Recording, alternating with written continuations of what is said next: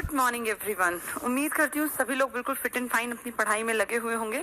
और कल हम लोगों ने कांग्रेस के बारे में मॉडर्न इंडिया का एक इम्पॉर्टेंट हिस्सा पढ़ना स्टार्ट किया था और देखा था कि किस तरह से कांग्रेस एक बड़े संगठन के रूप में उभरी। क्योंकि क्रांति के बाद एक जो सबसे बड़ी कमी थी वो ये कि हम लोगों के पास एक कोई संस्था नहीं थी, कोई ऐसा चेहरा नहीं था जिसको कि हम कह सकें कि ये इंडिया को रिप्रेजेंट करता है। इसीलिए अंग्रेजों ने कहीं ना कहीं एक दिखावटी मदद कह लीजिए या उनका अपनी प्लानिंग अलग थी। ने ऑक्टेवियन ह्यूम ने सजेस्ट किया, जो स्कॉटलैंड के एक सिविल सर्वेंट थे रिटायर्ड, कि तुम लोग एक ऐसी संस्था बनाओ जिसकी बात सुनी जाए, क्योंकि जनता एक बड़ी भीड़ होती है और भीड़ के ऊपर कोई तवज्जो नहीं देता। उनकी बात मान के हमने कांग्रेस का निर्माण किया।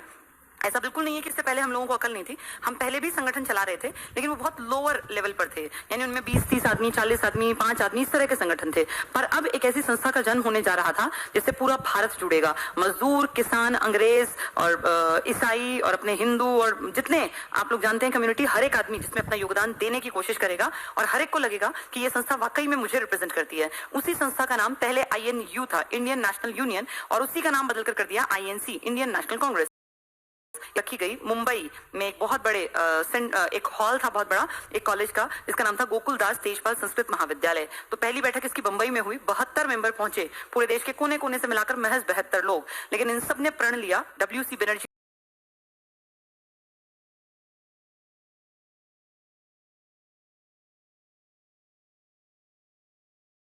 प्रेजेंट थे। अगली बैठक में लगातार बैठकें करते गए, संगठन बढ़ाते गए और फिर एक ऐसा टाइम आया जब अकेला एक संगठन मतलब भारत बन गया, और वो संगठन था Indian national Congress. Congress starting में बहुत बढ़िया काम कर रही थी और कांग्रेस से हर कोई खुश था, किसान भी, मजदूर भी, भारतीय भी, हिंदू भी, मुसलमान भी, अंग्रेज भी। और मैंने कल आपको इसके 4 सेशंस बताए थे। पहला सेशन इसका हुआ था दिसंबर 85 में, फिर अगला 1886 में, हर साल होंगे 1887 में और 1888 में। ये इसलिए इंपॉर्टेंट है क्योंकि चारों के बड़े लीडर्स मुखिया बने थे। कल मैंने चारों बता दिए थे। इससे आगे बढ़ने के लिए एक बार इसको जोड़ रहे हैं। पहला बंबई में, फिर BCMA कलकत्ता में, M मतलब मद्रास में। यही तो 3 प्रेसिडेंसी थी पहले, अंग्रेजों से यहीं पे कांग्रेस की बैठक हुई। और फिर था इलाहाबाद, जिसको आप प्रयागराज कहते हैं, वो उस टाइम पे इलाहाबाद था।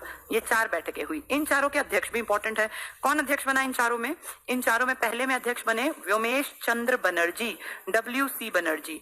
दूसरे में अध्यक्ष थे दादा के बारे में मैंने कल आपको डिटेल से समझाया कि ये वो चेहरा है जिसको पहली बार अंग्रेजों के हाउस ऑफ कॉमन्स में बैठने का मौका मिला, जिन्होंने किताब लिखी द पार्टी, गरीबी and un British rule in India, जिन्होंने बताया पर कैपिटा इनकम के बारे में। उस टाइम पर नेशनल इनकम की गणना उन्होंने की, जो आज एक बहुत बड़ी ऑर्गेनाइजेशन करती है, CSO। आपको इकोनॉमिक्स में सर बताएंगे कितने ही हजारों लोग हैं जो उसकी संस्था का हिस्सा हैं। और तब इस अकेले एक आदमी ने 1867 में पहली बार इंडिविजुअली अपने बिहाफ पर देश की आय नेशनल इनकम की गणना की। तो बहुत बड़ी अचीवमेंट है ये। पारसी धर्म को मानते थे और दादा भाई कोई आज का चेहरा नहीं है। दादा भाई 1825 में जन्मे हैं, तो तुम खुद सोच लो कि कितनी बड़ी उम्र के हैं। और ये 1900 आगे भी इसको पढ़ते रहेंगे, काफी दिनों तक ये जीवित रहे थे। 1887 जब मद्रास में हुआ तो बदरुद्दीन, क्या खास था इनके नाम में? ये पहले मुसलमान हैं, बदरुद्दीन तैयब जी, फर्स्ट मुस्लिम जो कांग्रेस के अध्यक्ष बने। यानी मुसलमानों के मन में ये फीलिंग आए कि भाई ये हमारी भी संस्था है। ये हिंदुओं के मन में भी आए, ये बंगाली के मन में भी आए, ये कलकत्ता वालों के मन में भी आए। तो हर साल जो होना है, जो जगह है, वो बदलते रहे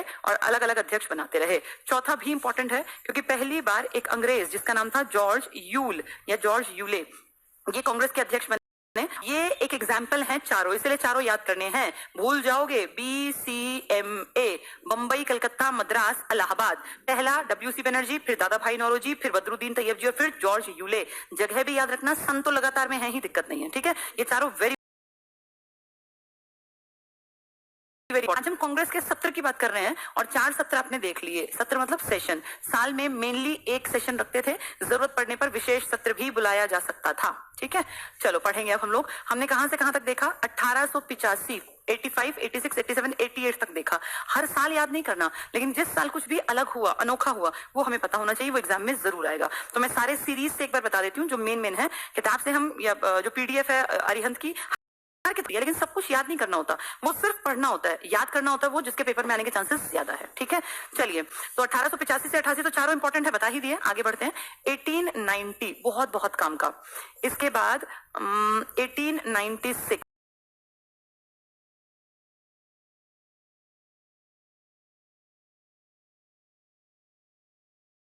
जो क्या इंपॉर्टेंट है इन सालों में, इसके बारे में बात करते हैं। 1890, ध्यान से सुनना, फिरोज शाह मेहता, उतना इंपॉर्टेंट नहीं है लेकिन तुम्हें बता रही हूँ क्योंकि आगे मेहता कांग्रेस बनेगी। है फिरोज शाह मेहता एक बड़े लीडर हैं, उदारवादी हैं। जैसे दादा इंपॉर्टेंट है ऐसे फिरोज शाह मेहता भी इंपॉर्टेंट है। और उदारवादियों में इन 3-4 के ही नाम लिए जाते हैं, जैसे फिरोज शाह जी का नाम लिया जाता है, दादा का नाम लिया जाता है, या गोपाल कृष्ण गोखले का। तो फिरोज शाह मेहता क्यों इंपॉर्टेंट है? क्योंकि इस साल में जब बैठक हुई तो बैठक थी कलकत्ता में, और ये जगह भी उतनी इंपॉर्टेंट नहीं है लेकिन यहाँ पे एक कैरेक्टर बहुत इंपॉर्टेंट है, ध्यान से सुनना। कादम्बिनी, कादम्बिनी एक महिला है, ये कादम्बिनी गांगुली। मैं आज से कितनी पुरानी बात कर रही हूँ, देखो ये पहली फर्स्ट लेडी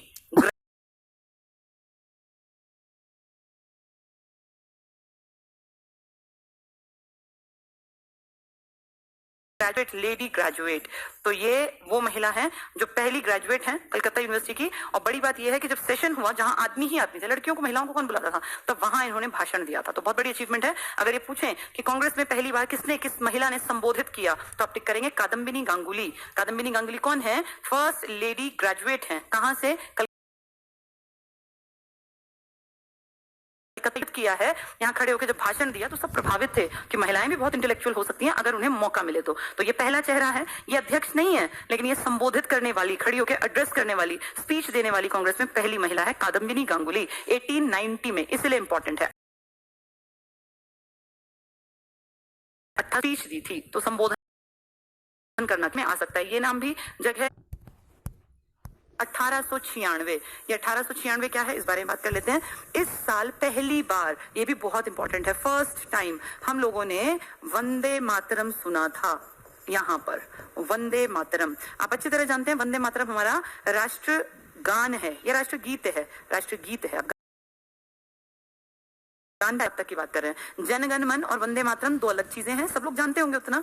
जन गण मन ये जो है हमारा, ये राष्ट्र गान है, इसको एंथम बोल देते हैं, नेशनल एंथम, राष्ट्रीय गान भी लिख देते हैं और राष्ट्रगान भी। और वंदे मातरम जो है ये हमारा राष्ट्रीय गीत है देते हैं, ठीक है। तो ये वंदे मातरम की बात हो रही है। पहले राष्ट्रगान 1911 में, इसके बाद आ जाएगा। पहली बार वंदे मातरम गाया गया, पिछली बार एनटीपीसी में ये एग्जाम में पूछा हुआ था।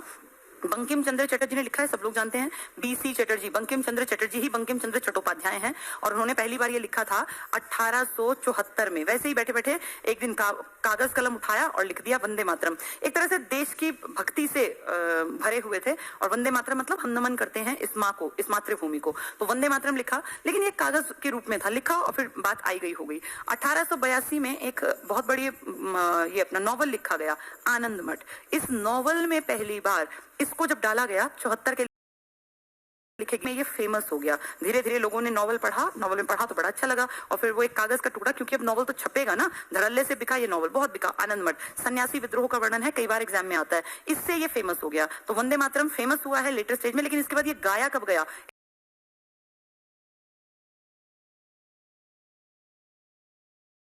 इसके पे जब उतारा तो 1874 था, लेकिन प्रसिद्ध नहीं हुआ। प्रसिद्ध हुआ 1882 में, एक नॉवल का ये पार्ट बना। नॉवल का नाम है आनंद मठ। और किसने लिखा है ये वंदे मातरम? बंकिम चंद्र चट्टोपाध्याय, जो बंकिम चंद्र चटर्जी भी हैं। फिर इसको गाने में और कई साल लगे और 1896 में ये गाया गया, ठीक है। गाया था रविंद्रनाथ टैगोर ने, लेकिन लिखा नहीं था, लिखा था बंकिम चंद्र चटर्जी ने। इसको गाने के टाइम पर जो तरीका है गाने का, वो कहता है कि इसको गाने में लगने चाहिए कितने, 1 मिनट 5 सेकंड, यानी 65 सेकंड लगने चाहिए इसको तरीके से में। वंदे मातरम बंगाली का यूज भी किया गया है और संस्कृत का यूज भी है, दोनों भाषाओं का थोड़ा थोड़ा यूज किया गया। और फेमस हो गया था ये 82 में जब ये नॉवल में छपा। इसको गाने का टाइम है 65 सेकंड और पहली वर्षन में समझा दिया, ठीक है। चलिए आगे बढ़ते हैं। 1905 क्यों इंपॉर्टेंट है? 1905 आते आते अब हमारी कांग्रेस को बने देखो कितने साल बीत गए। 1885 से कांग्रेस काम कर रही है। 1905 पहले बात करते हैं इसने क्या किया इतने सालों में, क्योंकि ये लगभग गए ना, 85 से 95 और अब अगला आ चुका 20 साल। 20 साल तो बहुत होते हैं अगर सच में किसी को काम करना हो। तो 1885 से बनी संस्था 1905 तक क्या कर रही थी? इसने ऐसी कौन सी बड़ी अचीवमेंट हासिल की कि जिसके बेसिस पे लोग इसके ऊपर फेथ रखें? जैसे अब मोदी जी आए तो बहुत लोगों ने विश्वास दिखाया, इतनी बड़ी मेजोरिटी में आए, लेकिन उस विश्वास को कायम रखने के लिए काम करके दिखाना पड़ता है। अगर आप बैठेंगे तो कांग्रेस को काम भी तो करना पड़ेगा। इन 20 सालों में कांग्रेस ने जो काम किया वो काम क्या था ये सुन लो। ये उदारवादी लोगों की संस्था थी। उदार समझते हो ना, बहुत लीनियंट, जो हो रहा है ठीक है। इन लोगों का ब्रिटिश साम्राज्य पर या ब्रिटिश महारानी पर पूरा विश्वास था, ये फेथ रखते थे। इन्होंने कभी नहीं कहा कि हमें आजाद कर दो, इन्होंने विश्वास दिखाया ब्रिटिश महारानी में। ये अपना ब्रिटिश प्रजा है, हम कोई एंटी थोड़ी, हम तो ब्रिटिश प्रजा हैं। अंग्रेज इस देश का भला चाहते हैं और वो आगे पीछे जो भी नियम बनाएंगे, कायदा बनाएंगे, कानून बनाएंगे, वो इंडिया के फायदे के लिए ही सोच के बनाएंगे। यानी ये आंख बंद करके विश्वास करते थे अंग्रेजों पर, उनकी नीतियों पर। लेकिन रियलिटी धीरे धीरे इनको पता चली, फिर उसके बाद जाके इन लोगों ने काम करना शुरू किया। 20 साल तक ये काम क्या करते थे? फिर ये कहते थे अगर हमें कोई दिक्कत है, समाज में कोई प्रॉब्लम है, तो उसको कायदे से एक एप्लीकेशन के फॉर्म में लिखो, जो भी हमें बात प्रॉब्लम की एप्लीकेशन को जो हेड है ना आपके एरिया में, वहां पकड़ा दो, वो उस एप्लीकेशन को पढ़ेगा और जो जरूरी होगा वो उस काम को कर भी देगा। यानी इतना ज्यादा विश्वास कि हमारा भला ही करेंगे अंग्रेज और अंग्रेजी सरकार। ये कितनी बड़ी गलतफहमी में 20 साल तक जीते रहे। और अंग्रेज हंसते होंगे कितने मूर्ख हैं, इनको ये अकल ही नहीं है कि कांग्रेस क्यों बनाई गई। क्योंकि अंग्रेजों ने कांग्रेस बनाने के पीछे अपना फायदा देखा था सेफ्टी वाल्व के रूप में। ये क्या है? सेफ्टी वाल्व प्रेशर कुकर के ढक्कन पे लगी होती है। आपने प्रेशर कुकर देखा होगा ना, सबके घर में प्रेशर कुकर है, इसमें सब्जी बनती है, दाल बनती है, खिचड़ी बनती है। इस प्रेशर कुकर के ढक्कन को नहीं देखा तो आज जाके देखना, इसका जो ढक्कन होता है ना, उसमें जो डंडा उसका हैंडल होता है, उसके नीचे एक वाल्व लगी होती है। ये सेफ्टी वाल्व होती है। सेफ्टी वाल्व क्या काम आती है? प्रेशर कुकर को जब आप आंच पे रखते हैं खाना बनाने के लिए या कुछ भी उसमें गर्म करने के लिए, तो देखना धीरे धीरे उसमें विसल आने लगती है, सीटी बनने लगती है, प्रेशर मेंटेन होता है। और जब प्रेशर बहुत ज्यादा हो जाता है तो वो जाती है। अगर कभी किसी कारण से उस विसल में कोई दाल का दाना, चने का दाना या कोई चावल का दाना अटक जाए, ऐसा बहुत बार होता है कि आपने देखा होगा कुकर में से पानी और दाल और ये सब निकल आते हैं। अगर कोई इस तरह का तिनका, कोई दाल का दाना उसमें फंस गया और किसी कारण सीटी नहीं आ पाई, तो क्या होगा? वो प्रेशर मेंटेन होता रहेगा, होता रहेगा, होता रहेगा। फाइनली एक स्टेज आएगी जब वो प्रेशर कुकर भड़ाम से फटेगा और घर के लोगों की मौत हो जाएगी। ये बिल्कुल नॉर्मल है, सब बहुत बार आपने सुना होगा, सिलेंडर फटने से, कुकर फटने से लोग मर जाते हैं। तो ये जो प्रेशर कुकर का काम था ना, ये जनता के मन में था। जनता के मन में 57 की क्रांति एक प्रेशर था, एक आईना था कि जनता के मन में उबाल है अंग्रेजों के खिलाफ। कैसे हमारी बेटियों को ये लोग उत्तराधिकार के अधिनियम में शामिल नहीं करते, कैसे हमारे गोद लिए बेटों को ये शामिल नहीं करते, ये कैसे हमारी जमीनें हड़प सकते हैं, जिसने हमेशा इनके तलवे चाटे अवध उसको कैसे अपने में मिला लिया, झांसी को ये कैसे अपनी कर सकते हैं। ये सब बातें हमारे मन में उबाल, एक प्रेशर मेंटेन कर रही थी। और उस प्रेशर को बाहर निकालने के लिए हम लोगों ने क्रांति की और वो प्रेशर दोबारा बनेगा और हम दोबारा तरीके से भी क्रांति कर सकते हैं। ये बात अंग्रेज भांप गए थे कि एक बार गलती की है, हो सकता है 20-30 साल बाद फिर क्रांति करें और हमें भगा दें। इसीलिए उन्होंने बहुत चालाकी चलते हुए सेफ्टी वाल्व के रूप में एक संस्था बना दी कांग्रेस। कैसे? जब प्रेशर कुकर में बहुत तेज सीटी आए और अगर वो सीटी ना आ पाए, प्रेशर बने, तो उसके नीचे जो ढक्कन होता है ना, उसके डंडे के नीचे एक वाल्व होती है। वो कायदे से अपने आप, ऐसा किसी के साथ वैसे हुआ नहीं होगा, लेकिन अगर कभी ऐसा हो तो वो वाल्व गिर जाएगी, वो वाल्व हट जाएगी वहां से और तुरंत वहां से प्रेशर रिलीज हो जाएगा। सारा प्रेशर वो जो उसके अंदर विसल थी ना, वो निकल आएगा, तो सिलेंडर और कुकर फटने से बच जाएगा। यानी किसी भी आदमी के मन में अगर गुबार भरा हुआ है, उफान है, तो उसको सही रास्ता दे दो, सही दिशा दे दो, ताकि वो उफान, वो गुबार बाहर निकल सके। पता नहीं होगा क्योंकि आप लोग अभी उतना टीचिंग से जुड़े नहीं हैं। ये हम लोग जब टीचिंग में आने लगे थे तो हमें सिखाया गया था कि हर बच्चे में ऊर्जा है, जरूरत है उस ऊर्जा को सही दिशा देने की। जैसे जो बहुत एग्रेसिव, बहुत गुस्से और ईर्ष्यालु टाइप के बच्चे हैं ना, उनको हमेशा स्पोर्ट्स की तरफ ले जाओ, क्योंकि स्पोर्ट्स में उनकी एनर्जी का सही यूटिलाइजेशन होगा और फिर वो चिढ़ना और ईर्ष्या होते हैं कि किसको किस तरफ मोड़ना चाहिए। बच्चे को खुद नहीं पता होता, ये टीचर होता है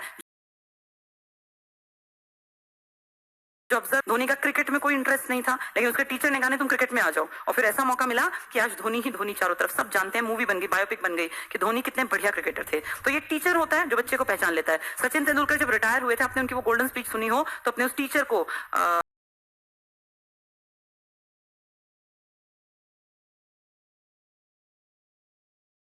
या इसको सेफ्टी वाल्व की तरह यूज कर रहे हैं, ताकि इंडियन जनता के मन में जो भी उफान है, उबाल है, नेगेटिव बात है कांग्रेस, इसके ब्रिटिश सरकार के प्रति, वो आए, कांग्रेस के मंच पे बोलें, बुरा भला गालियां दे और फाइनली जाके उनके मन से सारी भड़ास निकल जाए और वो फ्री दिमाग होके अपने घर जाएं।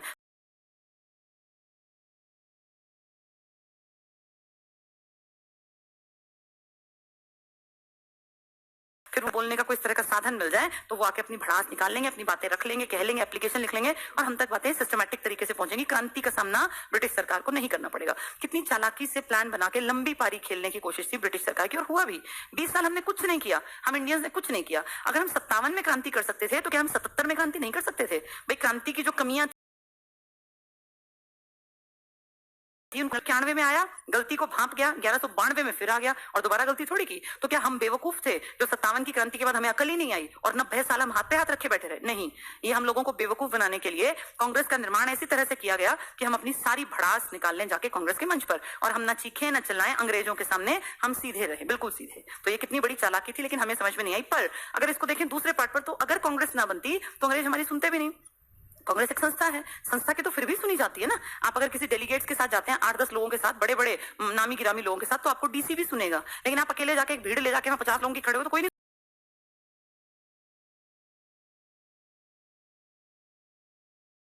एक अपना एक स्टैंड चाहिए होता है, एक आपको ऑर्गेनाइजेशन का सहारा लेना पड़ता है, तभी आपकी बात सुनी जाती है, या आपकी बात ऊंचे ओहदे के लोग थोड़ी तवज्जो देते हैं, वरना सुनेंगे भी नहीं। ऐसे ऐसे हजारों युवक नवयुवक जो है ना इकट्ठे होते हैं, जब तक कोशिश करते हैं तो पुलिस आती है, पीटती है, भगा देती है, क्योंकि उनके साथ कोई इस तरह का समाज सेवी संगठन नहीं खड़ा होता। जिस दिन आप लोगों के साथ समाज सेवी संगठन जुड़ जाएंगे ना, आप लोगों को एक पहचान मिल जाएगी, एक कोई ऑर्गेनाइजेशन का सहारा है, फिर उसकी नीतियां उसके अकॉर्डिंग चलेंगी। लेकिन उन सबके लिए ना प्रजातांत्रिक होना पड़ता है, उन सबके लिए आपके दिमाग का स्तर इतना होना चाहिए कि आपको कोई बरगला ना सके, आपको कोई बहका ना सके, आपको कोई बहला ना सके। अभी तो आप लोग इतने कम समझदार हैं, इतने अनुभवी नहीं है कि कोई भी आपको बरगला देगा, कोई भी बेवकूफ बना देगा। इसीलिए अभी फिलहाल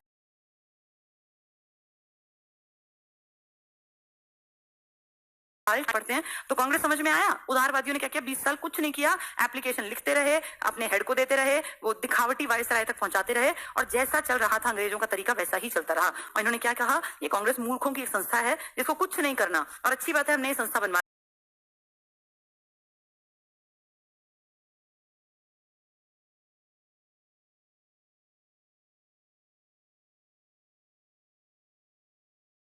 सच्चाई भी है कि अब हम इतना बड़ा विद्रोह नहीं करेंगे, क्योंकि विद्रोह करने की जिम्मेदारी किसकी आ गई, कांग्रेस की, जो कि विद्रोही हो ही नहीं सकती, क्योंकि उस पर किसका राज है, उदारवादियों का। खैर चलते चलते अब जैसे गलत चीज का घड़ा भी तो कभी भरता है ना, पाप का घड़ा सदा थोड़ी रहेगा। ये गलतियां जो ये कर रहे थे आएंगी सामने। 20 साल बीत गए, कितना, अब मोदी जी कहते मुझे और 5 साल दे दे जनता, लेकिन 5 साल बाद फिर कभी तो जवाब देना पड़ेगा ना, कभी तो आप आंसर देंगे, कभी तो बताएंगे कि मैंने क्या किया। यही इनके साथ हुआ। जब 20 साल बीत गए, 1885 से 1905 आ गया। अब अंग्रेजों को लगा कि ये महामूर्खों का देश है और यहाँ इन लोगों को कोई अकल नहीं है, और इन लोगों में आपसी अगर हम फूट पड़वा दें तो ये मूर्ख सदा आपस में ही लड़ते रहेंगे और हम फ्री होकर आराम से राज करेंगे, और जब तक मन करेगा तब तक इनको एक्सप्लॉइट करेंगे। और इसी चीज का फायदा उठाते हुए इन अंग्रेजों ने लॉर्ड कर्जन नाम का जो इनका हेड था 1905 में, उसने इसमें आज का इंडिया, आज का बांग्लादेश, हमारी नॉर्थ ईस्टर्न जो बहनें हैं ना, 7 बहनें, ये और अपना बंगाल, बिहार, उड़ीसा सब आता है। तो ये बड़ा हिस्सा डिवाइड करे। बोले हमें ना बड़ी दिक्कत हो रही है, क्योंकि हम लोग यहाँ पे असम पड़ता है आपका, उस टाइम तो असम पूरा असम ही था मेन, ये नागालैंड वगैरह सब बाद में बने। इस बार ये मेघत्री मणि नागालैंड ना सब बाद की बातें, पहले बड़ा हिस्सा असम था, काफी बड़ा हिस्सा। यहाँ पे फिर आपका जो हिस्सा था ये वाला मान लीजिए, ये आपका जिसको देश कहते हैं, जो पूर्वी बंगाल कहलाया अंग्रेजों के कारण, पहले ये बंगाल था, और जो इधर का हिस्सा था ये कहलाया पश्चिमी बंगाल। आप आज भी देखो इंडिया में पश्चिम बंगाल बोलते हैं, पश्चिम बंगाल, वेस्ट बंगाल, ममता बनर्जी वेस्ट बंगाल। भाई वेस्ट क्यों बोलते हो, तुम्हारे पास ईस्ट तो है ही नहीं, तो ये लॉजिकली ठीक नहीं है, लेकिन हमें आदत क्यों पड़ी, क्योंकि उस टाइम पर बंगाल तो ये बंगाल है ना, ये वाला, ये पूरा बंगाल, इसके 2 बड़े हिस्से कर दिए, एक पूर्वी बंगाल के नाम से और एक पश्चिम बंगाल के नाम से। असम पूर्वी का हिस्सा है। इस पश्चिम बंगाल में क्या क्या आया, आज का आपका बंगाल भारत वाला, बिहार आपका आज का, और आज का उड़ीसा, ओडिशा। तो बंगाल, बिहार, उड़ीसा, ये 3 आ गए। और इस तरफ क्या आया, आज जो आपका बांग्लादेश है ये वाला, आज जो आपका नॉर्थ ईस्टर्न इलाका है, उत्तर पूर्वी जिसको आप कहते हैं इंडिया का, नॉर्थ ईस्टर्न, ये वाला इलाका आ गया। ये ऐसे क्यों बांटा, लॉर्ड कर्जन ने कहा इतने बड़े में मुझे सिस्टम चलाने में बड़ी दिक्कत आती है, और इसके अगर हम 2 हिस्से कर देते हैं तो हम सिस्टम को आराम से चला लेंगे। एक का नाम रख देंगे पश्चिम बंगाल, एक का नाम रख देंगे पूर्वी बंगाल। इस तरफ की राजधानी यानी इनकी, ये पार्ट ए मान लीजिए,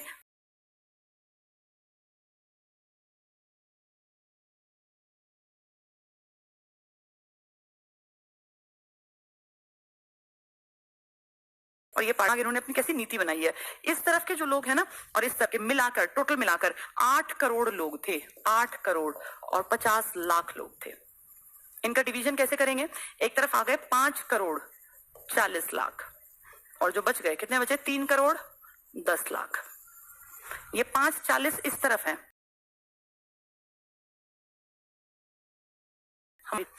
इस 5.4 में हिंदू ज्यादा हैं, हिंदू ज्यादा, मुसलमान कम इसमें, तो यहाँ मेजोरिटी हिंदुओं की है और मुस्लिम बहुत कम है, इस तरफ तो माइनॉरिटी है।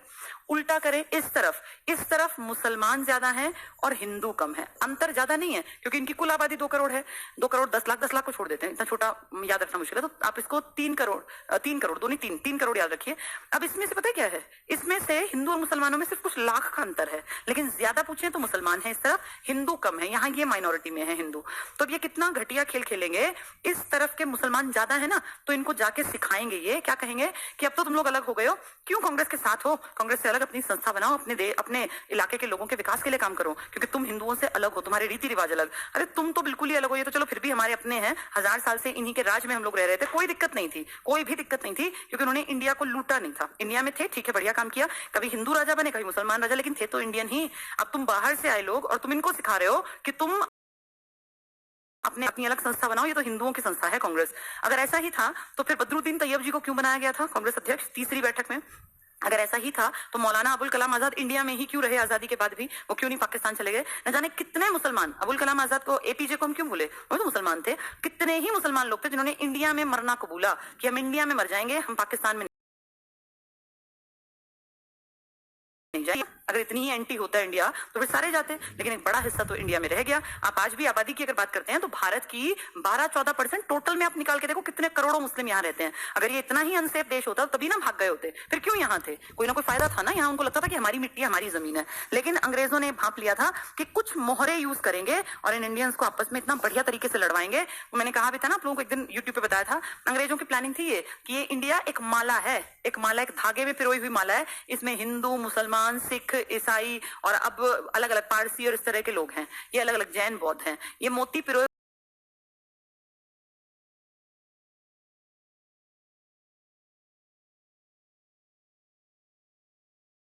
एक सबसे बड़ा कारण है हमारा धर्म के नाम पे लड़ना। हम जैसा मूर्ख देश दुनिया में आज की डेट में मिलेगा नहीं, क्योंकि हमें ये अकल ही नहीं है कि हमारा आज भी एक्सप्लॉयटेशन चल रहा है। अमेरिका में सुना है कभी ऐसे धर्म के नाम पे लड़ना? वो लड़ते हैं अपने अधिकारों के लिए, वो सरकारों से लड़ते हैं, वो क्वेश्चनिंग करते हैं, लेकिन अपने अधिकारों के लिए। हम अपने अधिकारों के लिए कभी खड़े नहीं होंगे, चाहे कोई किसी को एक्सप्लॉयट करे, चाहे किसानों को एक्सप्लॉयट किया जाए तब भी हमें कोई फर्क नहीं पड़ता, चाहे बेरोजगारों को एक्सप्लॉयट करें तब भी हमें, क्यों? क्योंकि हमें लगता है हम पे क्या असर आना है। लेकिन ये बात नहीं समझते कि ये एक कम्युनिटी को एक्सप्लॉयट कर करके फाइनली एक्सप्लॉयटेशन समाज का हो रहा है।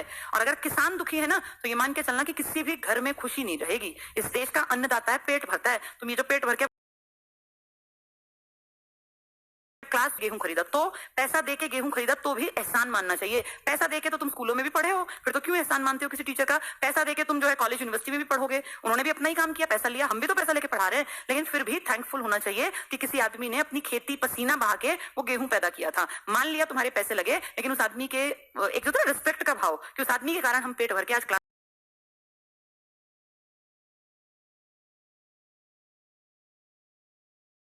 टीचर्स हैं या डॉक्टर्स हैं या कोई भी जो भी सर्विस देता है ना किसी भी रूप में, हमेशा उसका मान रखना चाहिए। और यही इसकी सबसे बड़ी बात है। और जब उसका हक मारा जाए तो हम लोगों को अपनी बुलंद आवाज करनी चाहिए। ये उसका हक नहीं है। ये हमें से कितने लोगों के रिलेटिव्स किसान आज भी हैं, और क्यों भूले हमारे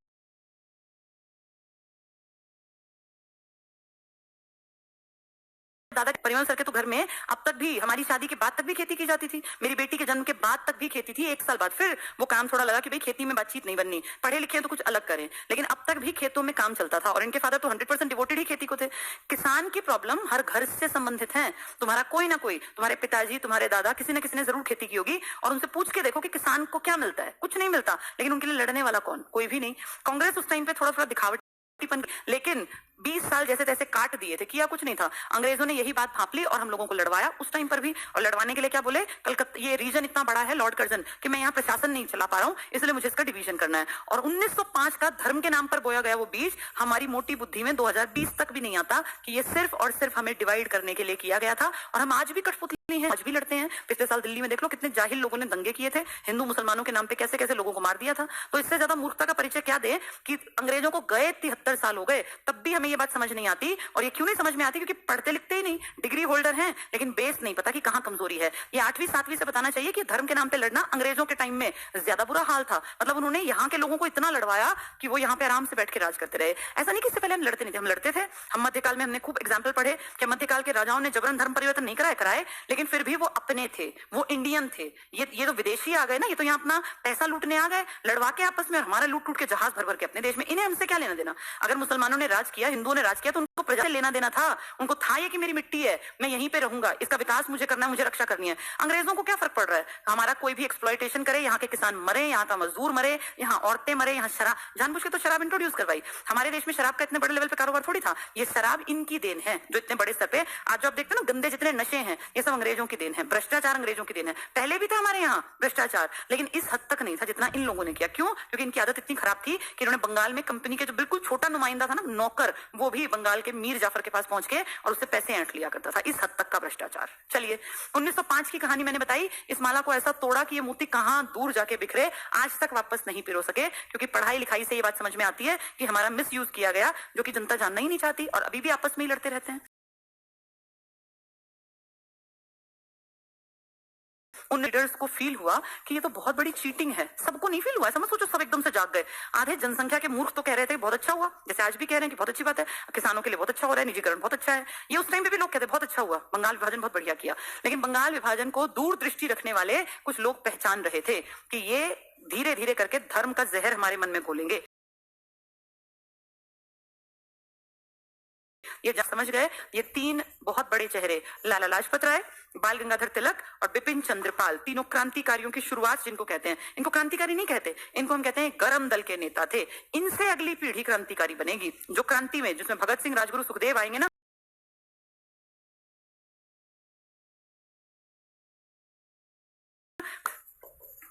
उग्रवादी। उग्रवादी जैसे आज टेररिस्ट लगता है, तो इसलिए इसको शब्द को यूज नहीं करते, हम गरम को लेकर पढ़ेंगे आगे। तो ये गरम दल के नेता थे। अब इनका क्या कहना था? ये दूरदर्शी थे। इन्होंने भाप लिया कि भैया अंग्रेज तो बेवकूफ बनाने पे आ गए, लेकिन इंडियंस को कौन समझाए, बड़ा मुश्किल। कांग्रेस की बैठक हुई 1905 में। 1905 में जब बंगाल विभाजन था, उसी साल में बैठक हुई। 1906 में भी बैठक हुई। 1905 की बैठक हुई बनारस में, बनारस। और इसके हेड बने गोपाल कृष्ण गोखले। गोखले, जी के गोखले, मतलब गोपाल कृष्ण गोखले, ठीक है। ये गांधी जी के गुरु हैं। अगली हुई कलकत्ता में, इसके बने दादा भाई नारोजी। तो दादा, अब ध्यान से सुनना क्या हुआ। जो 1905 की बैठक है ना, इसमें एक शब्द आया स्वदेशी, और 1906 में एक शब्द आया। तुम पढ़े लिखे हो, तुम्हें ये बात समझनी है। स्वदेशी और स्वराज क्या है? स्वदेशी का मतलब था 1905 में जब ये बंगाल विभाजन हुआ ना, तो ऐसा नहीं कि लोग बिल्कुल बैठे रहे, लोगों ने कोशिश की, सबने कोशिश की कि ये ना हो, जनता ने। और हिंदू और मुसलमान इकट्ठे एक मंच पर आए और उन्होंने कहा ये गलत हो रहा है। वो तो बाद में अलग हुए। विभाजन हुआ ना, अक्टूबर, 16 अक्टूबर था। इन्होंने उस दिन को शोक दिवस मनाया कि हमें दुख है, शोक दिवस मनाया।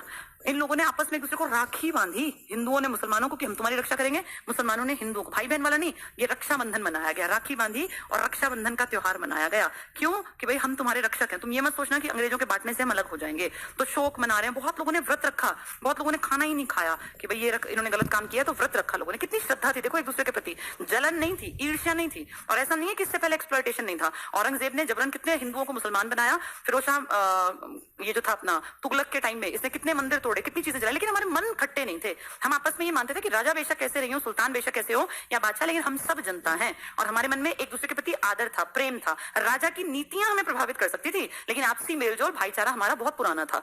अब क्या हुआ? ये सब चीजें हमने की हैं ये दिखाने के लिए कि बंगाल विभाजन से हमारे ऊपर कोई असर नहीं आएगा। लेकिन अगर झूठ को बार बार बार बार बार बार बार बार बोला जाएगा ना, 1000 बार बोला जाएगा, तो कभी जाके वो झूठ सच लगने लगेगा। ऐसा होगा, ऐसा जरूर होगा। और ऐसा ही यहाँ भी हुआ। बार बार इनके कानों में डाला गया अंग्रेजों के द्वारा कि तुम लोग जो हो ना, अलग हो, तुम्हारी नीतियां अलग, तुम्हारे रीति रिवाज अलग, तुम्हारी सोच अलग, तुम्हारी विचारधारा अलग, तुम्हारा धर्म अलग। तो ये सब सुन सुन के फाइनली उनको लगने लगा कि हाँ हम अलग हैं और हमारा हिंदू कभी भला नहीं कर सकते। हिंदुओं के मन में भी ये आ गया कि मुसलमान हमसे अलग हैं। इन लोगों ने हमें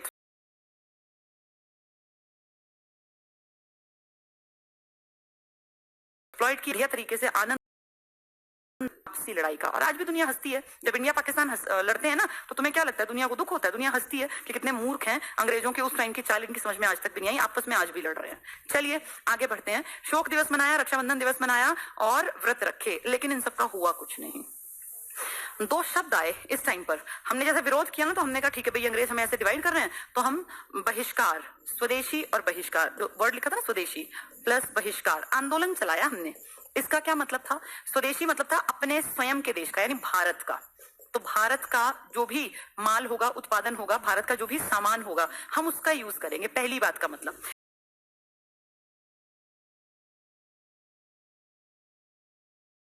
देंगे वस्तुओं का बहिष्कार, इनको फेंक देंगे, तोड़ देंगे, जला देंगे। और आपने देखा होगा न जाने कितनी चीजें जलाई गई, अंग्रेजी खिलौने, अंग्रेजी कपड़े, अंग्रेजी किसी घर में चादर थी, कोई सामान था, सब जला दिया लोगों ने। मतलब अपने घर में गरीबी से रह लेंगे लेकिन अंग्रेजी सामान का यूज नहीं करेंगे। और तो और कहते हैं इस टाइम पर जो दहेज दिया लिया जा रहा था, क्योंकि प्रथा जी है, विदेशी है, तो लड़के वाले मना करते थे कि हम शादी करेंगे, आपने दहेज में जो है अंग्रेजी सामान दिया है। ब्राह्मण मना कर देते थे शादी करवाने से कि तुम्हारे यहाँ पे तो सामान लेन देन जो हो रहा है अंग्रेजी वस्तुओं का है, मैं ऐसा पाप नहीं करूंगा, मैं शादी में नहीं आता, मैं फेरे पढ़वाऊंगा ही नहीं। तो यानी लोगों के मन में देशभक्ति किस हद तक थी, कितनी अच्छी बात थी कि हर आदमी के मन में था कि मुझे किसी भी पार्ट पे विदेशी सामान नहीं यूज करना, सिर्फ यूज करूंगा तो अपने देश में बना हुआ सामान, जो इंडियन फैक्ट्रीज बढ़े, जो इंडियन लोगों को काम का बहिष्कार की। बहुत बढ़िया। जो ये बात स्वदेशी वाली बात आई तब कौन था? गोखले। लेकिन अब धीरे धीरे इतना सब कुछ करने के बाद भी क्या हुआ? बंगाल तो बट गया। ये सब दिखावट हमने की, फिर भी बंगाल बटा। अब लगने लगा कि यार बस बहुत हो गया, ये सब दिखावटी है और अंग्रेजों को कोई फर्क नहीं पड़ता, तुम स्वदेशी चलाओ, तुम स्वराज चलाओ, कोई नहीं पूछने वाला तुम्हें। ये फील है कांग्रेस के सो कॉल्ड बड़े तथाकथित लीडर, तुम्हारे बस की कुछ नहीं है। और देखो अंग्रेज तुम्हें क्या समझते हैं, तुम्हारे देखते देखते उन्होंने बंगाल बांट दिया। और तुम और हम ये जानते हैं, जनता नहीं जानती थी, लेकिन बड़े लीडर्स जानते थे कि ये बंटवारा धार्मिक आधार को ध्यान में रख के किया गया है। सब इस बात को जानते थे लेकिन कुछ कर ही नहीं रहे थे। तब लाल बाल पाल अलग हुए और इन्होंने कहा भाई बस बहुत हो गया, और अब हम लोग अपना अलग से काम करेंगे। अलग मतलब हम कांग्रेस से अलग नहीं, कांग्रेस में रह के काम करेंगे लेकिन अपने बिहाफ पे हम काम करवाएंगे। इन्होंने प्लानिंग की, तीनों लड़कों, तीनों आदमी मिलकर, और बहुत सारे लोग इनके साथ आ गए। इन्होंने कहा हमें ना 4 चीजें चाहिए मेन। क्या क्या? एक तो स्वदेशी, अपने देश का सामान, विदेशी सामान का क्या करो? बहिष्कार करो। एक इन्होंने कहा कि हमें ना शिक्षा अपने हाथ में लेनी है। कितनी अच्छी बात है, देखना जो समझदार लोग थे ना, उन्होंने हमें जाके नहीं कह सकते कि भाई अंग्रेज खराब है, अंग्रेज खराब है। उन्हें कब पता चलेगा? जब वो अखबार पढ़ेंगे, जब वो एनालाइज करेंगे, जब वो देखेंगे कि हाँ सरकार गलत कर रही है, सरकार ये हमारे पक्ष में नहीं कर रही। अब अनपढ़ आदमी को क्या पता कि क्या चीज चल रही है देश में, उसको कुछ नहीं पता। वो तो किसी की सुन लेगा तो सुन के अपने कान में डाल लेगा। अब जो आज देश का हालत यही है, आप में से पता नहीं कितने लोग हैं सोशल साइट पे, आप देखो कितने जाहिल लोग हैं, मूर्ख लोग हैं, उन लोगों को पता ही नहीं है कि क्या कुछ चल रहा है देश में। वो बहुत सारे लोग तो पता नहीं कितने फायदे, कितने सारे लोगों ने तो नोटबंदी के फायदे भी तो गिनाए थे कि नोटबंदी होते ही देखना देश कितना अमीर हो जाएगा। कहां गई वो अमीरी? इतनी अमीरी है कि आज माइनस में जाके 23 रुक पाए, 6 महीने की मार नहीं झेल पाया भारत। वर्ल्ड की 5वीं बड़ी अर्थव्यवस्था होने का जो घमंड था,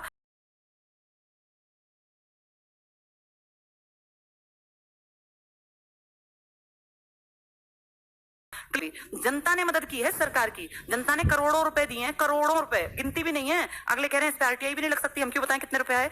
जनता खड़ी हुई उस टाइम पर जब जरूरत थी, तब सरकार कहां मर गई थी जाके? सरकार ने क्या किया?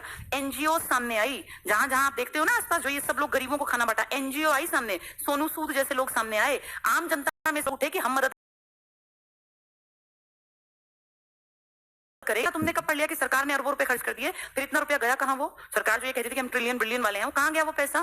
क्या सरकार के पास इतना भी नहीं किया अपनी जनता के लिए? कुछ भी नहीं किया। मरतों के लिए, जो जिंदा है उनको तो छोड़ो, जो मरने की कगार पे थे उनके लिए कुछ नहीं किया। उनकी मदद भी की है आम आदमी ने। तो जब ये काम हमें ही करने हैं, आपदा जब हमें ही संभालनी है जनता को ही, तो फिर टैक्स किस चीज का लेते हो? फिर तो हम अपना पैसा अपने पास रखें, सब लोग अपनी सैलरी पे कोई टैक्स ना दे। दिक्कत आएगी तो जनता ही तो सामने आएगी, तुम तो फिर पल्ला झाड़ लोगे। किसी के घर में कोई पैसा सरकार ने भिजवाया हो, कुछ भी किया हो, ना के बराबर। प्राइवेट संस्थानों ने या बड़े बड़े आदमियों ने या बहुत सारे बेचारे नौकरी पेशा लोगों ने एक एक दिन की सैलरी डोनेट की है। ये कितनी बड़ी बात है कि देखो आम आदमी के मन में कितनी फीलिंग है कि बुरे टाइम में देश के साथ वो खड़ा हो जाता है। जब उसको दिखता है ना कि देश पे आपदा है, तो आम आदमी कोशिश करता है कि 100 रुपए सही 100 रुपए दे दूंगा, कोई बात नहीं, मेरा क्या जाएगा। एक दिन भाई मेरे घर में दाल रोटी 2 टाइम बनती है, एक दिन हम दाल कम बना लेंगे, मैं इतना दान जरूर करूंगा। लेकिन उन लोगों को देखना जरा जो इतने बेशर्म है कि इतने करोड़ों रुपए पेंशन पे एक बार बन गए तो पूरा जीवन जब तक जिंदा रहेंगे पेंशन खाएंगे, और फिर उनकी पत्नी पेंशन खाएंगी। और आम आदमी जिसको ये पता है कि 60 साल के बाद मुझे कुछ नहीं मिलना, हो सकता है आगे 50 में रिटायर हो जाऊं, आपदा आने पर वो हेल्पिंग हैंड बन जाता है देश का। तो कहीं ना कहीं तो देखो कि जनता कितनी ज्यादा समझदार है, लेकिन वो समझदारी दिखाती नहीं।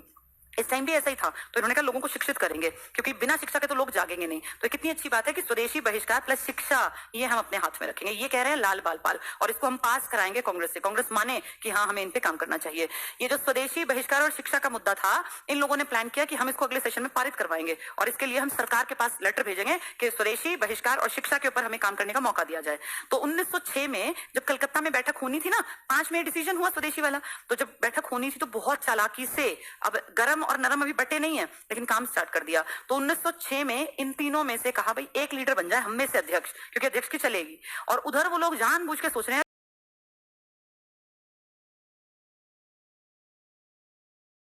कैसे देंगे। तो हम ऐसा आदमी लाते हैं जो कि इनके सामने इतना बड़ा हो कि ये उसके नाम को काट ना पाए और ये उसकी टक्कर में खड़े ना हो पाए। तो सबसे एक्सपीरियंस आदमियों में कौन गिने जाते थे इस टाइम? दादा भाई नौरोजी। 1906 की बात है, ये 1825 के जन्मे हैं। खुद देखो, 75 तो वो और 6 ये, 81 साल का एक बुजुर्ग आदमी, उसकी टक्कर में तो कोई भी नहीं आएगा। और खासकर तब जबकि उसने 1867 में देश के लिए नेशनल इनकम गिनी हुई थी, तब जबकि वो कांग्रेस के ये अंग्रेजों के हाउस ऑफ कॉमन्स में बैठा हुआ था। उस टाइम का तेज दिमाग आदमी, तो इसकी टक्कर में थोड़ी कोई खड़ा होगा। लाल बाल बाल तुरंत पीछे हट गए कि कोई बात नहीं, अगर दादा खड़े हुए हैं तो दादा जो कह देंगे वो फाइनल है, और दादा अगर कहते हैं कि ये ठीक नहीं है तो हम मान लेंगे कि ठीक नहीं है। दादा तो बहुत बड़ा फिगर थे ना, बहुत ही बड़ा। तो दादा भाई नौरोजी एक तरह का ये लगा लो कि एक चाल थी इन नरम पंथियों की, ताकि गर्म पंथियों की बात दबी रहे, सामने ना आए। जबकि शायद मन से वो भी जानते होंगे कि बेस्ट बातें कर रहे हैं, लेकिन कहें कैसे? ये कहेंगे तो फिर बेइज्जती हो जाएगी ना। तो दादा भाई नौरोजी के टाइम पर स्वराज का मुद्दा उठा, स्वराज का। ये हाँ, चौथी इनकी डिमांड थी स्वराज की। 4 बताई थी ना मैंने स्वराज। तो दादा के टाइम में स्वराज का एक्सप्लेनेशन प्रॉपर तरीके से नहीं किया, लेकिन ये शब्द यूज हो गया। देख रहे हैं यहाँ हो गए। शिक्षा की बातचीत नहीं की थी अभी। अब ये शिक्षा कहीं ना कहीं कमजोर तो थी ही हमारी, तभी तो हमें बेवकूफ बना पाए अंग्रेज, और आज भी कमजोर है, तभी नेता बेवकूफ बना पाते हैं। अब ये बात दिमाग में बैठ गई कि भाई इन चारों पे काम नहीं करेंगे ना तो इंडिया विकसित नहीं होगा, इंडिया आगे नहीं बढ़ेगा, और इंडिया आजाद कभी नहीं होगा। और अंग्रेज इन चारों में से किसी पे काम करने को तैयार नहीं होंगे इतनी आसानी से। ये बात ना लाल बाल जानते थे। इसीलिए 1906 में ठीक है एक शब्द यूज किया, स्वराज, बात बन गई, लेकिन अभी शिक्षा पे कोई बातचीत नहीं हुई। इसीलिए 1907 में इन तीनों ने डिसाइड किया कि इस बार अध्यक्षता हर हाल में हम में से कोई से को मिलनी चाहिए, हम में से कोई सा जरूर अध्यक्ष बनेगा। फिर कहा गया यार इस साल का जो बैठक होनी है ना वो नागपुर में होनी है। नागपुर मतलब आज का महाराष्ट्र का इलाका, और महाराष्ट्र में ना तिलक की बहुत चलती थी। तिलक का तो गढ़ था ना ये पूरा, जो मुंबई वाला इलाका था ना ये तिलक का गढ़ था। तिलक के इशारे पे लोग यहाँ चलते थे, मतलब इतने भक्त थे लोग। तो यहाँ ये डिसाइड किया गया कि हम लोग इस बार तिलक का नाम आगे करेंगे और तिलक को ही बनवा के रहेंगे। तो बाल गंगाधर तिलक तो आप जानते हो कितने ताकतवर लीडर थे, कितने बड़े उनके फॉलोअर्स थे, यंग लड़के उनके पीछे उनके भाषणों को सुनने के लिए पता नहीं कितने कितने किलोमीटर पैदल यात्राओं पे जाते कि आज वहां तिलक भाषण देने आ रहे हैं। ये जज्बा था लोगों में इनके प्रति। तिलक बनाने से तो इन यंग लड़कों की चलने लगेगी, और अगर इनकी चलने लगी तो फिर ये कांग्रेस को अपने हिसाब से मोड़ के ले जाएंगे और हम बैठे रह जाएंगे।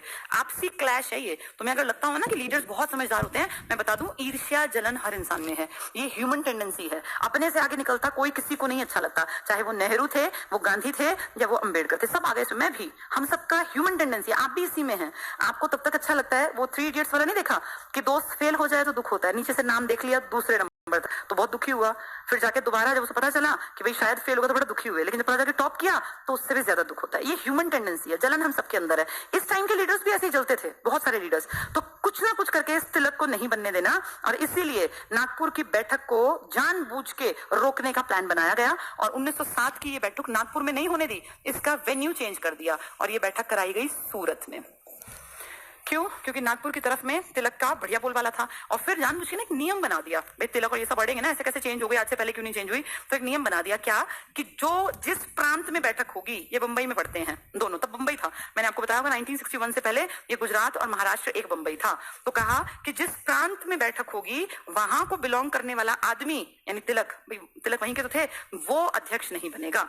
अगर बंबई में बैठक है तो तिलक अध्यक्ष नहीं बनेंगे, तो तिलक अध्यक्ष नहीं बनेंगे तो ऑप्शन ही नहीं बचेगा। तो तिलक जो है अध्यक्ष पद से दूर करने के लिए देखो कितनी चालें चली जा रही है। नागपुर से बैठक सूरत में करा रहे हैं, और फिर कह रहे हैं कि इस बार हमारी कार्यकारिणी ने ऐसा ये डिसीजन लिया है, निर्णय लिया है कि आज के बाद अब इस साल से भी बैठक वाले स्थान पे कोई भी आदमी उस एरिया हेड नहीं बनेगा।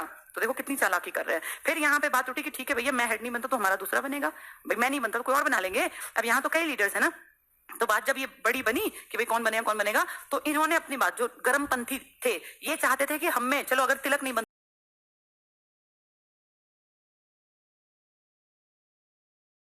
कोई दास बिहारी घोष ये उनके एक लीडर थे, बिल्कुल नरमपंथी, ये बन जाए अध्यक्ष, और इनके नाम के आगे उन्होंने टिक कर दिया भाई ये अध्यक्ष है। अब जब ये अध्यक्ष बने ना तो फिर गर्मपंथी अड़ गए कि यार ये क्या मजाक है, तुम 1885 से अपने अध्यक्ष बना रहे हो, 1907 आ गया, 22 साल बीत गए, तुमने क्या उखाड़ लिया अंग्रेजों का, क्या फर्क पड़ा, क्या ये तुमसे कुछ भी ऐसा तुम इनसे करवा पाए जो देश हित में हो? एक काम बता दो जो उन्होंने देश हित में किया हो। तुम 22 सालों से ये एप्लीकेशन लिखते जा रहे हो और वो तुम्हें बेवकूफ समझ के राज करते जा रहे हैं, एक्सप्लॉयटेशन बढ़ाते जा रहे हैं। तुमने क्या कर लिया? अगर तुम एक बार हमें मौका दो तो हम शिक्षा की बात को उठाएं, हम बहिष्कार की बात को उठाएं, स्वदेशी की बात को, स्वराज की बात को, लेकिन तुम अब हमारी चलने नहीं देते, अपनी अपनी मर्जी चला रहे हो। तो ये बात इतनी बढ़ गई कि जो उदारवादी थे ना उनमें तो सारे वो काफी एज दादा और फिरोज शाह मेहता वाले टाइप के लोग हैं, वो उठकर खासकर कहते हैं फिरोज शाह मेहता, ये नाम अभी मैंने देखो पीछे बताया भी था, इंपॉर्टेंट है, फिरोज शाह मेहता।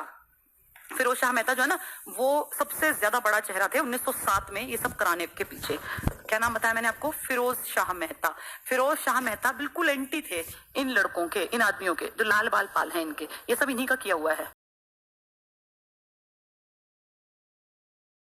लाले जो गांधी जी के गुरु हैं, ये दोनों की प्लानिंग है कि कुछ भी कर दें इनमें से कोई सा बनना नहीं चाहिए, कोई सा भी किसी भी कीमत पे। तो प्लान बना लिया, नागपुर से कहां ले आए? सूरत, और बोले इस प्रांत का जो भी होगा वो नहीं बनेगा, बाहर का बनेगा। फिर 1907 में रास बिहारी बोस का नाम देके और ये एंटी आपस में कहा सुनी, कहते हैं यहाँ पे जूते फेंके एक दूसरे के ऊपर, कुर्सियां तोड़ी, जैसा आज है ना तब भी ऐसा ही था। ऐसे मत सोचो कि वो भगवान, वो ऐसे ही लड़ते थे जैसे आज लड़ते हैं, वो ऐसे ही बुरा भला बोलते थे जैसा आज बोलते हैं, कोई अंतर नहीं आया, बस किताबें पढ़ाती नहीं है, लेकिन वो भी हम ही जैसे थे। तो उस टाइम में लाल बाल पाल का खूब विरोध हुआ और आपस में यहां से वहां कुर्सियां फेंकी, चप्पल जूते, और बुरा हाल मचा।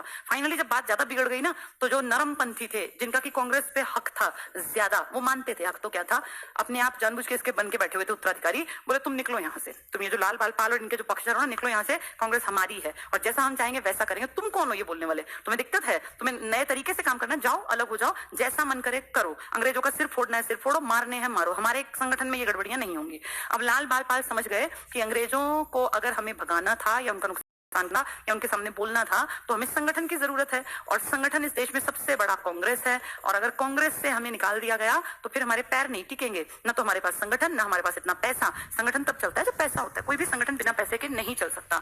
आप खुद देखो, एक परिवार चलाने के लिए पैसा चाहिए ना, संगठन चलाने के लिए उससे कई गुना पैसा चाहिए। क्यों? क्योंकि संगठन ये देश हित में काम करेगा। इनको अखबार निकालने पड़ेंगे, इनको लोगों को जागरूक करने के लिए मैगजीन्स निकालनी पड़ेंगी, इनको बैठकें करनी पड़ेंगी, 6 दिन तक वहां पूरा ये लगा लो इतना बड़े भाई, अगर जितने ज्यादा लोग होंगे उतना खर्चा भी तो ज्यादा होगा। 72 लोग हैं तो 72 कप चाय बनेंगी, और 1000 लोग होंगे तो 1000 कप चाय। अगर वो 2 दिन वहां बैठक में रुक रहे हैं तो उनका खाना पीना रहना सबका खर्चा होता है ना। संगठन फ्री में नहीं चल सकते। आप देश हित के लिए काम कर रहे हैं तब भी आपको पैसा खर्च करना पड़ता है। जब संविधान सभा बैठी थी तो तुम्हें पता है 1 करोड़ के आसपास रुपया खर्च कर दिया था, और तुम्हें लगा करोड़, ऐसे ही खर्चे तब भी होते थे। लेकिन तब खर्चा करने के लिए कौन थी? कांग्रेस। कांग्रेस के पास पैसा कौन देती थी? जनता। आज जैसे सरकार को देते हैं ना, तब ऐसा हम लोग टैक्स के साथ साथ जनता कांग्रेस में दान करती थी। कोई 10 रुपए, कोई 1 रुपया, कोई 25 पैसे, जितने बन पड़े, ताकि कांग्रेस एक बड़ा मजबूत संगठन बन के खड़ा रहे। हर संगठन को पैसा चाहिए, और जैसे ये कहा तुमने, जनता ना हमारे पास इतने साधन और ना अंग्रेजों का सिर पे हाथ, कांग्रेस के सिर पे तो अंग्रेजों का हाथ ना, तो हम संगठन चला नहीं पाएंगे। और इसलिए उन्होंने माफी भी मांगी कि ठीक है हमसे गलती होगी, माफ कर दीजिए, जैसा आप कहेंगे वैसा कर लेंगे। रास बिहारी को कहेंगे उनको बना लेंगे अध्यक्ष। लेकिन अब नरम वाले अड़ गए कि निकलो यहाँ से, तुम हमारी विचारधारा से बिल्कुल अलग हो, और जो करना अपना अलग होकर करो, हमारे साथ नहीं कर सकते। अब यहाँ पे ना चाहते हुए भी कांग्रेस का डिवीजन हो गया। एक का नाम दिया गया गरम, जो ये निकले हैं, जिनमें मेन है लाल बाल और पाल, फिरोज शाह मेहता, दादा भाई नौरोजी और गोखले टाइप के लीडर्स, उदारवादी जिनको आप कहते हैं। अब कांग्रेस इनके अकॉर्डिंग चलेगी, नरम पंथियों के अकॉर्डिंग। गरम बेचारे तो फंस गए, पैसा है नहीं पास, बेइज्जती ये लोग कर रहे हैं, और फिर अब कैसे काम करें? बिना पैसे के और बिना संगठन के तो काम नहीं हो सकता ना। और इन दोनों की इस लड़ाई का फायदा उठाएगी अंग्रेजी सरकार, क्योंकि उसने देखा कि गरम के पावर, अंग्रेजी सरकार। देखो गरम जो 3 नाम है ना, ये पावरफुल है, ये लड़ और मर सकते हैं देश के लिए, मिट सकते हैं देश के लिए। ये जो नरम है ना, इनके पास है पैसा प्लस जनता। मेन तो जनता इन्हीं के साथ थी। अब पैसा है, जनता है, लेकिन लड़ने मरने वाली जनता नहीं है। वो जनता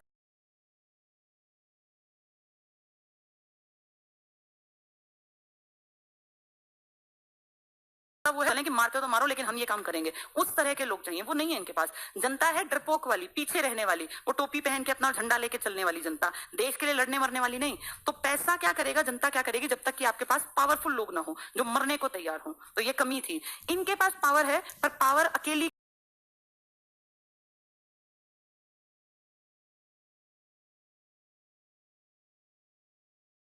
क्या 116 तक वो अपनी मनमर्जी चलाएगी, बिल्कुल मनमर्जी चलाएगी, जैसा उसका मन में आएगा वैसा करेगी, ना नरम कुछ कर पाएगा और ना गरम, क्योंकि दोनों अपने अपने पार्ट पे मुंह फुला के बैठ गए, ना वो उससे बोलने को तैयार, ना वो उससे बोलने को तैयार। फायदा उठाएगी तीसरी सरकार, जिनका यहाँ कोई कुछ नहीं है, जिनका यहाँ लेकिन यहीं से लूट लूट के अपना देश भर रहे हैं। ठीक है, चलिए इतना हम आज पढ़ लेते हैं, इसके आगे की कहानी हम कल जानेंगे कि कैसे इनके बंटवारे के बाद 1907 के बाद इंडिया में किस तरह से चेंजेस आए और अंग्रेजों ने क्या किया कि वो इतने लंबे टिक पाए। इस सब के बारे में फिर कल पढ़ेंगे। ठीक है, चलिए, थैंक यू।